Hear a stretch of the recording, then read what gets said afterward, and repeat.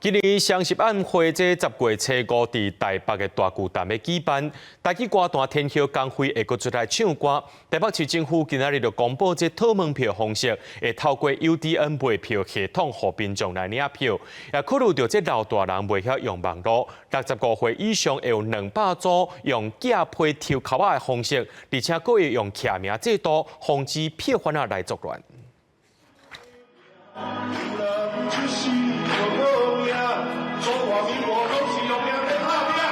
台语歌手洪流友现场坚持，有个10月初5双十晚会会去台北大巨蛋演唱。2015年引退歌坛台语天后江蕙也佫开金喙复出演唱，加出今年双十晚会上大亮点。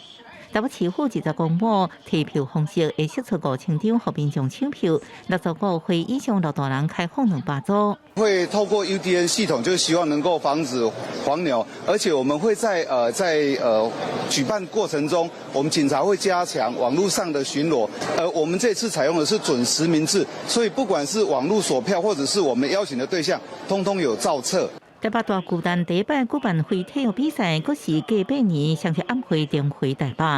国庆在台北举办是2016年在小巨蛋，从小巨蛋到大巨蛋，这标志了台北市进步的重要里程碑。大俗就是大雅，大雅就是大俗。中华民国干干净净、清清楚楚、明明白白、纯纯洁洁。中华民国生日快乐！这是主视觉。用中华民国生日快乐做节目礼赞主题，双十晚会也安排巴黎奥运金牌选手王泽林、李阳甲林福婷领唱国歌甲国旗歌。